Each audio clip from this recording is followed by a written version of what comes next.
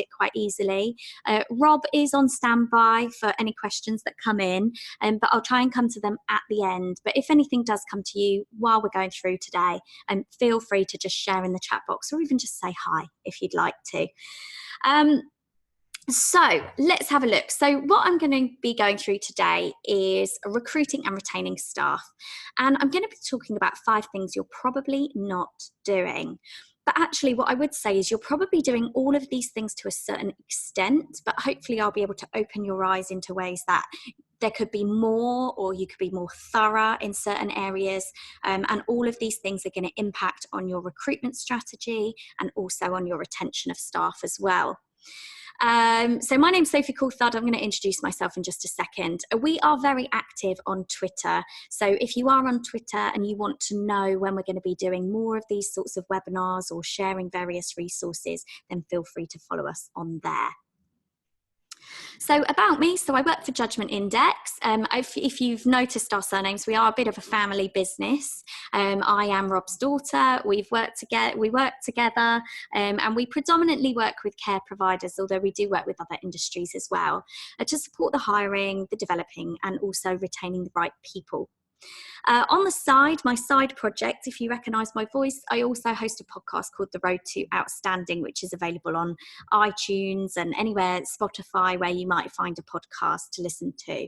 And it features lots of interviews with people working in care. So it's well worth going and checking that out. I do lots of great interviews, and the people that I interview are fantastic at sharing how they've achieved that outstanding rating. So it's really, really interesting.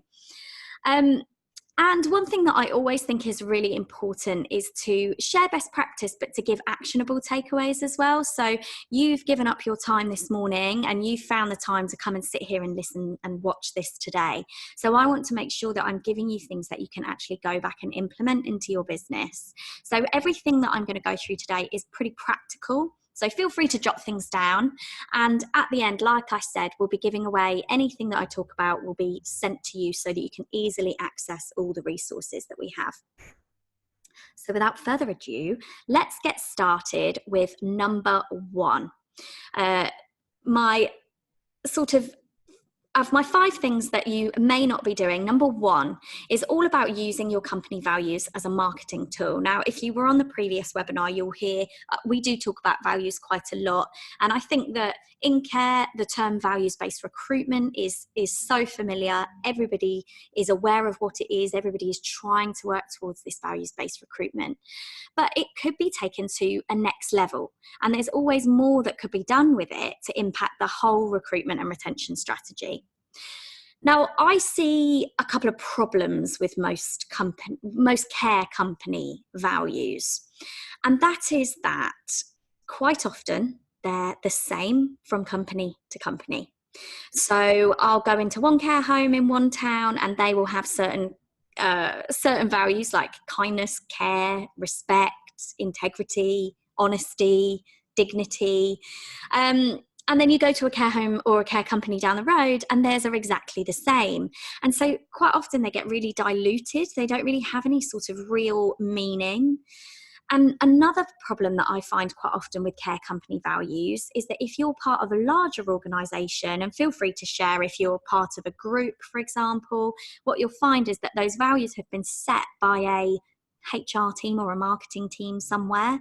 And actually in your home or within your own sort of area, they don't mean anything because they've been almost dictated to by someone else. So they're not owned by the people that actually work within your home. I always talk about homes, by the way, but if you are listening in your domiciliary or something else, it should apply across the board. I just get very much into the habit of saying care home all the time. So the meaning can often be diluted, company values. And I think that when they get diluted, they get forgotten about and they become nothing more than just words on a wall or words on your website. And so what I would say is if you are wanting to test how well your team know your company values, is after you come off this webinar, walk down the hallway, grab anybody walking past, and ask them if they know what the company values are. So that's the first test. And if they can say what the company values are, then that's great. But what I would ask them as a second question is, what do they mean? What do they actually mean when brought to life? Because the words kindness, the words care, the words respect, yes, we could all define what that means, but what does that actually mean for you as the person working, but also for you, the team, for you, the home, for you, the company? And that's what we can get to the bottom of to really develop these and then start to use them to help with the recruitment and retention. So let me go into that. So if anybody does have, and feel free to share if you have any of these values, these are taken from a client of ours actually who have the values of kindness, care and respect. So if you do have these, then I am sort of doing a bit of homework for you already. But a great thing to do is in your next team meeting, or if you have a chance to hold a specific team meeting just for this, is to actually run a bit of a workshop and uncover from the team what they think the meaning of these words are to you.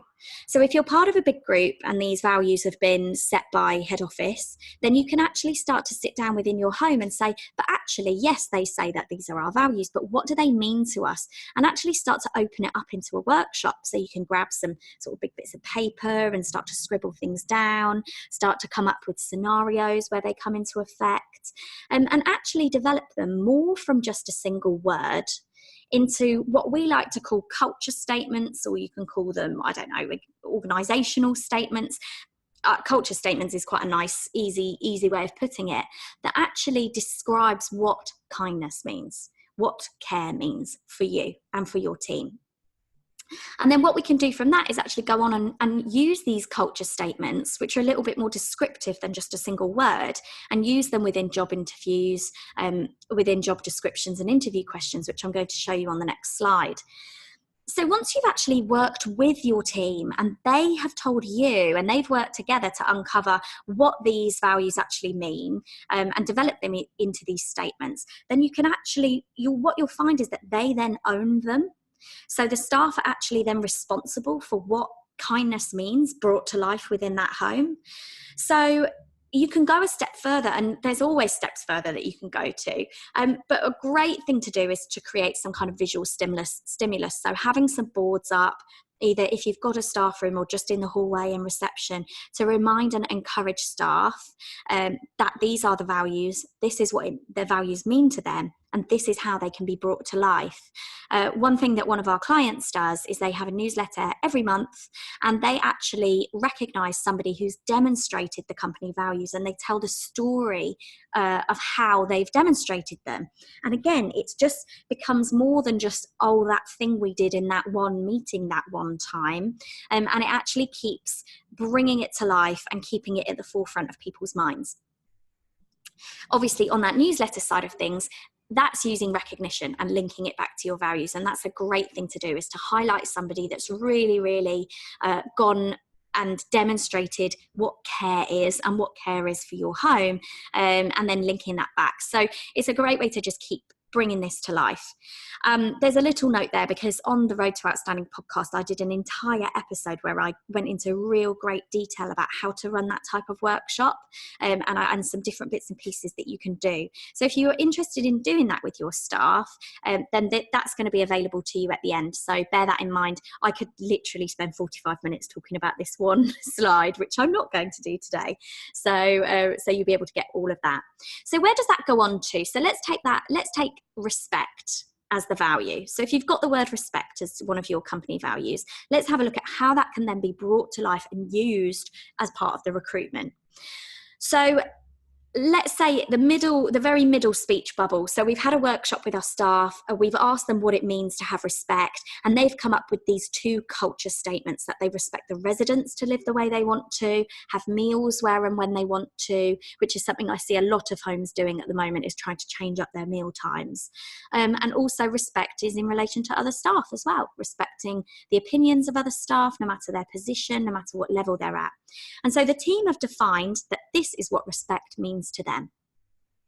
So then on the right hand side, we've got how you can then weave that into a job description and actually make such a great job description to attract somebody to come and work for your organisation? Do you believe a resident should be able to have a bacon sandwich at 10 a.m. because that's what his wife used to make for him every morning? So you can imagine if you're reading all the kind of boring job descriptions about, we need you to be caring, we need you to be responsible, we need you to be this. But for somebody who reads that job description with this statement in, wow, that's going to really have a big impact on them. They're going to instantly understand what the values of your company are, and probably going to make you a lot more attractive than, let's say, the place down the road, which is still using a very standard job spec. How you can turn that into the interview, over on the left-hand side, you can ask somebody a question that actually then is coming into this values-based interviewing and picking up on how they would handle respect. So what would you do if somebody wanted a snack, but you had something else to do? You had a checklist of things to do. Well, if this is the values of your company, you would expect somebody's answer to be, well, do you know what? I know that I could give that thing on my checklist to somebody else and I could go and make that resident a snack. And you're listening to the answer then, and you're knowing that if they come up with the right answer, then they're going to fit in with the values. They're going to understand the values of your company. So hopefully this is helping to bring it to life for you and demonstrate with you how you can work with your team, get them to take ownership of what these values mean, and then keep going with it. Don't just stop there. Get it into your job description, get it into your interview questions, and even beyond, get it into your onboarding or your induction process. But we're going to come on to that shortly. So that was number one. Let's move on to number two. And I wonder if I get any eye rolls at number two, which is social media and doing social media properly. So I think everybody probably on this webinar right now would be able to say that they are doing something on social media, perhaps a bit on Facebook, perhaps a bit on Twitter. You might personally be on Twitter. I see an awful lot of people in social care seem to like Twitter as a way of sharing. But when it's done properly, it can really, really help with your recruitment and retention of staff. And I'm going to focus on Facebook for the next couple of minutes and just really concentrate on that, because Facebook is designed for local people, local businesses. And so that's why Facebook is really the place where you need to have your business as a priority, I would say, over all the other social media platforms. And what I would say is have a little think about this now. First of all, do you have a Facebook page? Most people normally say yes when I ask this. But what I'll say second is, when was the last time you updated it? When was the last time a post went onto your Facebook page? Now, was it in the last week, or was it in the last month, or has nothing been updated for the whole of 2018? It's always interesting to see people when they start thinking about that then. And the important thing really is, if you're listening and you're part of a bigger group, you might say, well, we don't have our own Facebook page, it's run by head office. But actually you can have a head office or a main company Facebook page, but then you can still have little Facebook pages coming off it for each individual home or area, or whatever that might be. And that's really key, because really, if you've only got head office having a Facebook page, then it's no better than the website. It's literally just a brochure for the business. But Facebook is your opportunity to really get behind and really get people to see what's going on behind the scenes of your business. So let's have a look. And let's have a look at what it can do for you. So Facebook is an amazing opportunity for you to hire new staff. It's an amazing opportunity for you to fill beds or get new clients if you're home care. And it is great for collecting evidence that can go into your evidence file for CQC on all the amazing things that you're doing. What I will say before I start, you can see the little star in the bottom corner. There is an entire episode of the podcast on Facebook. I interviewed an amazing lady called Michelle Purse, who is a social media expert, and she gave away some awesome tips on how to do more on Facebook. And really, it's a really, really good episode. So I'd definitely go back and listen to that one. And so some of the things that you can do. Everybody says that they're too busy. I'm sure you've got a million things on your desk right now that you need to be doing over Facebook. So why not empower some members of your team to run the Facebook page for you? let's face it, you've probably got people working for you who are millennials or Generation X or Z or whatever they are now, who have grown up in this digital era and are very, very comfortable on social media. So there's ways and there's different things that you can put into place to make sure that it's protected and people can't sort of just run riot on it.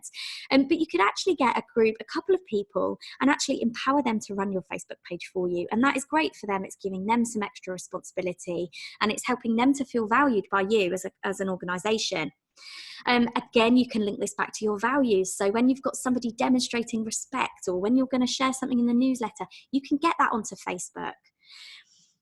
There are lots of free tools that you can use to actually schedule your posts. And if anybody follows me on Twitter for the podcast, for the Road to Outstanding, a lot of those posts have actually been scheduled ahead of time. And that means that I can get up, I can sit down with a cup of tea at the end of the day and go, right, this is what I want to share this week, and just get it all out there ready to post. And that is a great way of obviously helping with time management. A lot of people get very concerned about permission and whether they're going to have permission or consent from clients, from residents, to share those photos. But it's not that difficult to get. It's simply a question, or one piece of paper, or making a note on their file, or checking with them before you post. But it's a really, really great way of sharing. And one of the stories Michelle says in the podcast was, imagine if you couldn't visit your grandma on their birthday, but you got to watch a live Facebook video of somebody presenting your grandma with a cake and, people singing her happy birthday. How powerful that would be and how much that person's then going to recommend your home to other people. And I think one thing that people forget is that when people are posting on your Facebook page, sharing in the great things that you do, celebrating your success, then that is all evidence that you could be printing and keeping in that evidence folder for CQC. So I want to share a little example. And if you are thinking, where do I even start with this? This company called Clark Care, who I discovered because Lorraine from Clark Care is very good at tweeting. And then I noticed they had an absolutely fantastic Facebook page. So I went to check it out, and you can see the sort of things that she posts. A lot of emojis, a lot of things which are varied. So she's not just posting pictures of residents, and the top left-hand corner is Lorraine there with one of their. Actually, they're a home care provider, not a care home. She also shares things that are relevant to the industry. So she'll share, if she sees a good video of somebody, somebody in their 90s doing yoga, she'll share that on the Facebook page. She came up with a brilliant idea and ordered online a selfie board, which you can see in the bottom right hand corner, and wrote on it, "Time to shout loud, I'm a carer and proud," to encourage people to be proud of care and see care as a career. And that's always around somewhere for people to take photos with. And another thing that's great is that she's left the reviews. Now, you can hide reviews on your Facebook page if you're nervous about people leaving you reviews, but she's got them out there for everybody to see, and she's got some really lovely reviews on there as well. So if you want some inspiration on what you could be doing on Facebook, then this is definitely a great page to look at. But what I would say is listen to that podcast episode, because Michelle does talk about how you can use it to then put adverts to hire, how you can share events, if you're doing any fundraising, if you're doing summer barbecues, all of those things can all be done via Facebook. And it tends to be so much more effective than a website. So go and have a listen to that, and let's move on, because I'm conscious of time, to number 3, which is all about creating and promoting a well-being policy. Now, this is sometimes where people give me a bit of a quizzical look when I ask them about well-being and if they have a well-being policy for their company or for their team. And I'm sure you've heard the word well-being being floated around. Is definitely a buzzword at the moment. And what we find is that in care, people are so great at caring for others. And the team and the care staff are so great at caring for the residents, but they are not that great at caring for themselves. And I think, hopefully you would agree with this, but if you look after your team and you care about the well-being of your team, they're going to then look after the well-being of their residents. So what I really want to talk about is a wellbeing policy, why you should have one, why you should have it written up in place, and how you can use it as part of your recruitment strategy and for retaining staff as well. You're probably doing a lot of things which already promote wellbeing within your team, and really this is just about getting it together. And again, this is a great thing to go and present to CQC with. It's definitely showing a bit of outstanding initiative or innovation. So let me talk about this. When I talked about this at Health Plus Care, after the talk, this is the thing that most people came up and spoke to me about. It was something that they hadn't really heard a lot about, and it was something that they were really wanting to take on board and take back to their own organisations. So much so that I'm going to do a talk at the Care Show in October entirely focused on wellbeing. I just think it just turned out to be really popular. So let's have a look at this, and hopefully this will be useful for you. And we've covered a lot of this already, but there was some research done last year by a company, an organisation called A Great Place to Work, and they went to tons of different companies, and they really started to focus on the 4 factors that really drive well-being within a team. So this is for an individual, but for a team as well. If somebody's coming into your team, what is going to drive their own well-being? The first thing that they found was values-aligned behaviour.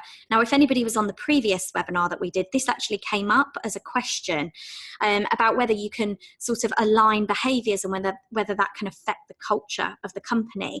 So values-aligned behaviour is just simply about the person coming to work for you feeling like your values are aligned. So feeling like what your definition of respect is what their definition of respect is, and that is shared throughout the organisation. We've obviously already covered that in that first step, but you can see how it leads in here. The next thing that they found was teamwork and being able to work well as a team. And if you think about maybe your early days in your career, the sort of things that you care about when you go to work really is about working with people that you get on with, that you all have kind of mutual respect for. So teamwork factors really highly in well-being of somebody. Processes is all about things like making sure that things aren't going to cause frustration, that all your processes are in place, so it just makes people's life easier when they're getting on with the job. So if you're, for example, moved to digital care plans, is that all running smoothly, or is it causing a lot of frustration right now for people? Chances are, if it's running all smoothly, then it's definitely helping drive the well-being of the entire team. And finally, recognition, which I've already covered, and it's just about being recognised for the good work that people do. I find that in care, people don't really realise that what they're doing is quite special. Not everybody could work in care. It can be a really tough job sometimes, but obviously it's really rewarding. But it's important to shine a light on the good things that people are doing and recognise them in the form of things like newsletters, of course, but also just in the form of a thank you.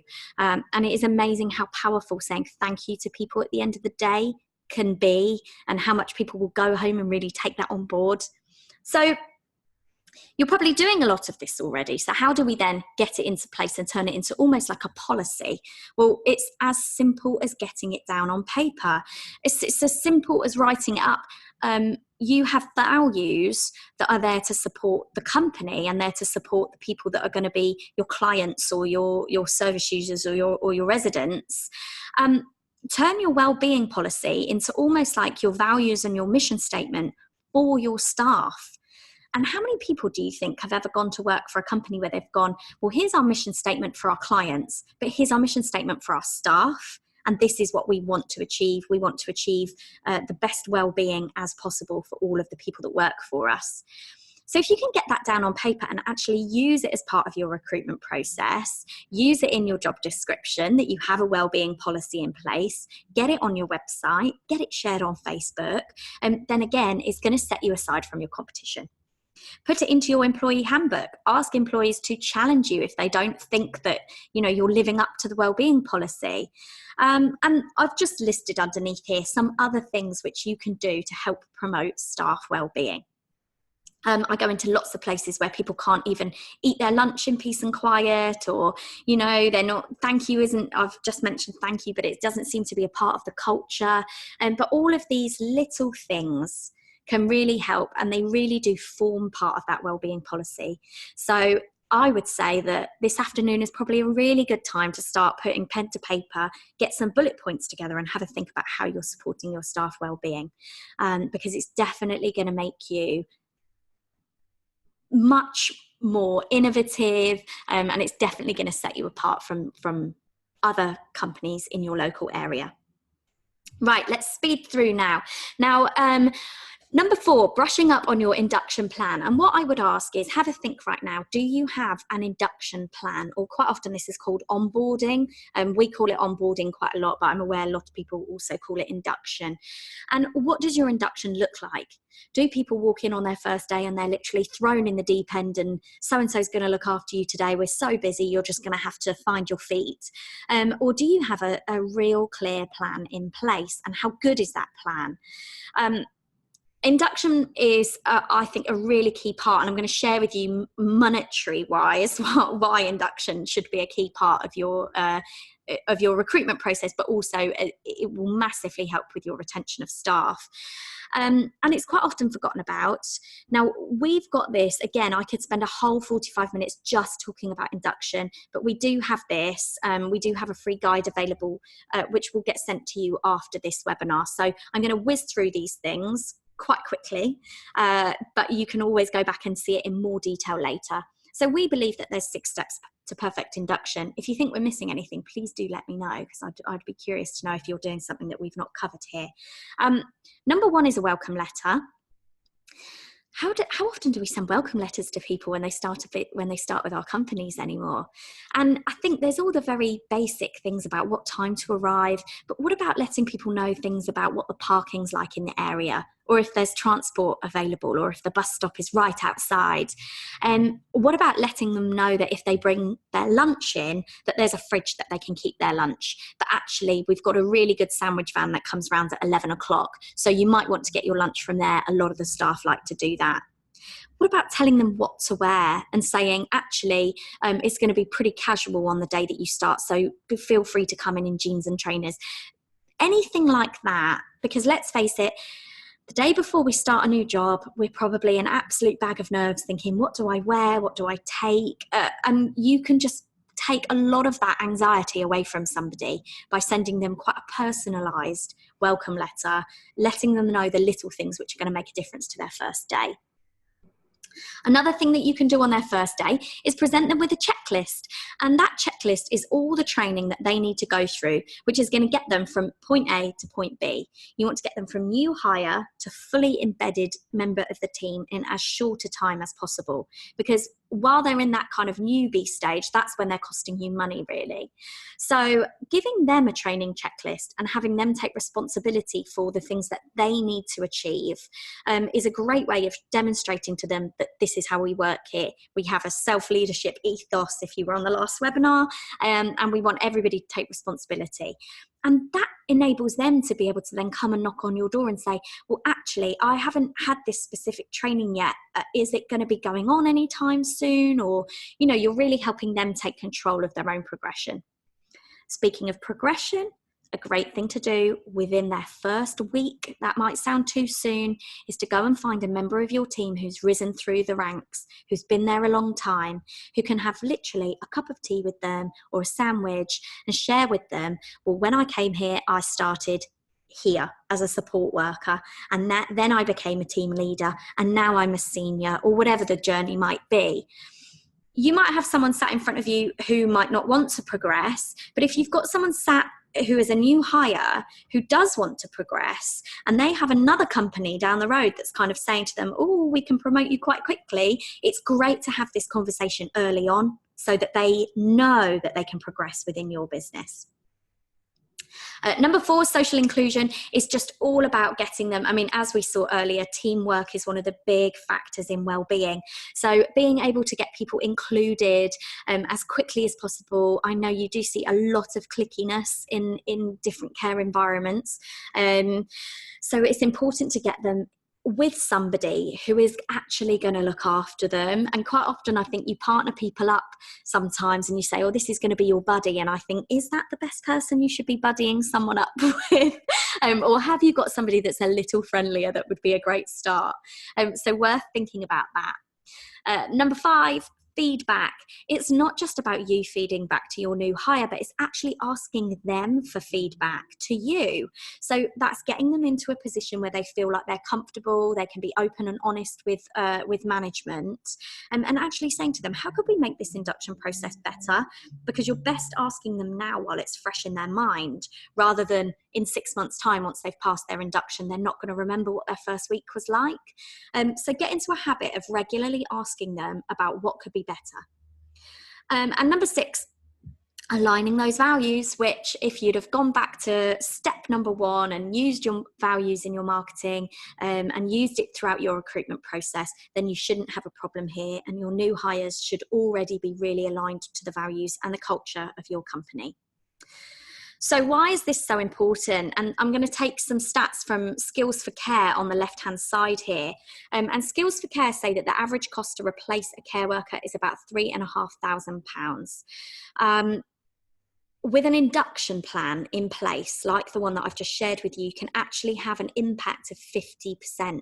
So if you think about how many people have left you within the last year, if you could cut that in half, think about how much money that could save you just by putting some really simple steps into place. Not really too much effort. Hopefully you don't see it as too much effort, but it can really, really make a difference. And obviously that's going to then impact the rest of the team, because if you've got people who are staying, then that's going to build a better culture within the home. I can see we're having a few questions pinging through, but hopefully they can hang on to the end, because I'm just on to the last slide now. And this is about using a tool to help you make better hiring decisions. So there are many tools out there that you can access that will help you during that recruitment process to help you make a decision. And one thing that's important to think about, in fact, I'm going to come on to that. Let me just ask you this one question first. So when you're looking to recruit and when you're interviewing people, what is the number one thing that you're looking for? Are you looking for people with the right skills? Are you looking for people with the right personality?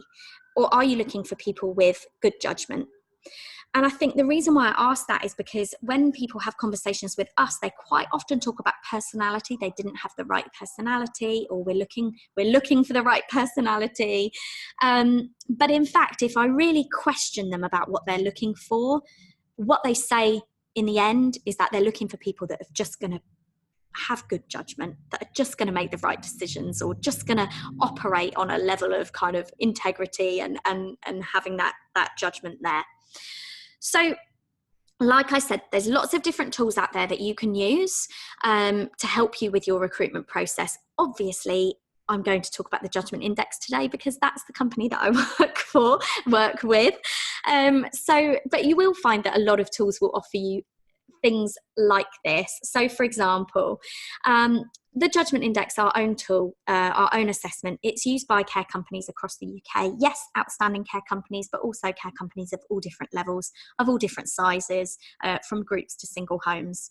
And they use this tool not just at the interview process, but they'll use it for appraisals with existing staff as well, which I'm not going to go into today. But certainly if you're looking at putting together a more meaningful appraisal process, then that's worth a conversation. Feel free to give us a call afterwards. It can really help take that subjectivity out of your interviews when you use an assessment tool, because we all have experienced probably somebody walk in for an interview who has all the right qualifications, who is a nurse, who's prepared to work nights, and you'll sit there in the interview and the only thing you're thinking is, I want to give this person a job. And sometimes when that happens, you ignore the red flags that are perhaps would have gone off in another circumstance. And then what happens? You hire that person, and a month later you wonder who it was that you hired. So a tool like this, like an assessment tool, can really help uncover more about that person at the interview to help you be more objective. It can also help standardize your recruitment process, and we quite often go and see companies where they might have 5 homes, 10 homes, and they know that certain managers are interviewing really, really well, and certain managers just might not have the experience interviewing really. So using a tool like this that provides you with interview questions that can be tailored and used within your business can really help to standardize that process for you. Now, our tool itself, had so much research and it has been benchmarked against good care workers. We can give you, in fact, I'll show you a little example in a second. And again, look for a tool that's been proven to reduce staff turnover, because that's probably where that tool is going to end up paying for itself. If you'd like more information about the JI, and we were featured recently in the CQC Driving Improvement Report, I believe it's on page 30, so it's a way into that document. But if you haven't read the Driving Improvement Report, it's well worth the read, and feel free to ping me an email and I'll get it sent over to you if you don't have a copy. So if you'd like to learn more, now we did hold a webinar where I shared a lot a few weeks ago, just after Health Plus Care. So we've got that recorded and we can send that out to you. It is essentially a sales pitch about what we do. But the nice thing about it is that you're not actually being pitched to, because you can just sit back with a cup of tea and watch it. And you can find out all about the reports that we use, how they've been benchmarked, some examples of the interview questions that come with our reports, understand how to use it for appraisals and how to spot that risk that you might find with people, but also how to spot those superstars that might be really, really shy in an interview, that if you just gave them a chance, or if you could see they had all those right qualities, those right judgment qualities, then they might end up being a real superstar for you. So we'll send you the link to that webinar, but obviously if you'd rather have a conversation and pick up the phone and ask questions, then feel free to do that as well. But there's lots in there, even things like costs, and I give cost examples as well. So it's a nice way of learning a little bit more about what we do. So all of these resources that I've talked about, episodes of the Road to Outstanding podcast, that induction guide, the webinar, they will all come out to you today, along with a link to a YouTube video of this webinar so that you can watch it again if you want to. So I hope that's clear. I've kept within time, which is nice, and there's still people here. So I guess just if there are any questions at all, I don't know, Rob, if there's anything that's come in. Yeah, there are a few points. One of the key points came in, it was a statement really, it was a point supporting your piece about social media stuff, and it was from Karen Ritson, who's got a company, the Outstanding Care Consultancy, who help organisations. She's an ex-CQC inspector and she helps organisations. Hello, Karen. Yeah, and Karen was mentioning about the importance of the evidence and getting third-party testimonials and references, because CQC love the fact that third parties, relatives, endorsement, and those words like outstanding, etc. And you did interview Karen on one of the podcasts, didn't you, Soph? Yeah, so what I'll say, and I'll try not to embarrass Karen too much now, actually. Lovely to have you on, Karen. The episode with Karen has been the most popular episode of the podcast of about 30 episodes. So for anybody who's not familiar, Karen Ritson's company, Outstanding Care Consultancy, Karen was a CQC inspector for 15 years, and I interviewed her on the podcast and she shared some absolutely great tips. So if you are looking to improve your rating, or you have an inspection coming up, then that podcast has got some really, really great information into it. But I think that's really nice, because I tried to put Andrea Sutcliffe on the spot when I interviewed her, and I asked her directly if Facebook would impact on CQC reports, and if CQC inspectors would take Facebook comments and things like that into consideration when they're putting the rating together.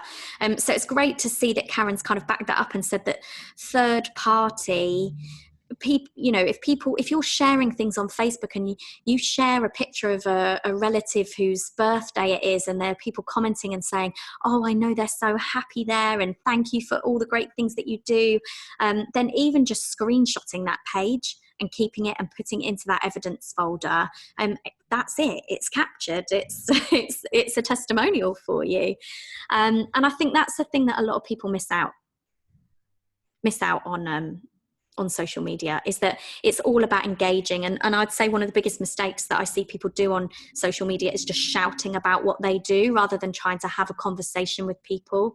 So yes. Any Just one other? more, Sophie. Yeah, Mm, there's something popped in about the slide you put up about personality versus skills versus judgment and what you go for, and you where want to value. say something on that, do No, no, you? you say it, and where values typically, There we go. just expand on the judgment and values versus personality, so people get where you're coming from and the importance. Yeah, I mean, so one of the things that we find with personality, and it's fine. A lot of people kind of get them confused or blended, and there's definitely crossover there. But somebody's personality, if you think about the best two managers that you ever worked for. I know mine instantly pop into my head. The two best people that I ever worked for. And actually they had quite different personalities. They didn't have the same personality at all, but what they did have in common was almost the way that they valued things, the way that they treated their staff, the way that they valued their staff, their behavior towards the team, the ways that they supported us, the way they valued time with me, the way they made judgments about things. And I think that is the difference. And if you think about either your best managers or maybe the two best nurses or best support workers you've got working for you right now, then that can quite often be the differentiator. They might not have the same personality. One thing that our Judgement Index HQ like to say is that if you've ever taken a personality test and you've got, I'll give you an example, like an int J on the Myers-Briggs or something, I wonder how many of those int Js are also in prison right now or serving a prison sentence for something. Because personality, it doesn't predict how somebody's likely to perform in the way that their judgment and their decision making does. Is that okay? Is that clear Yeah, enough? fantastic. Were there any other questions at all? No, I think that was about it, Soph. Okay. You've been on a roll. I know. Well, thank you everybody for joining us today. If you did have any questions, obviously my email address is on there. But what we'll do is we will make sure that we get copies of everything out to you by the end of today. So bear with us for the next few hours while we get the webinars uploaded onto YouTube. And then we will obviously welcome any further questions or if you want to have a chat. And obviously, if you'd like to have a little bit more look at the assessment, then we can arrange that for you as well. So thanks very much for your time and look forward to speaking to you soon. And thanks, Rob. Pleasure. Thank you.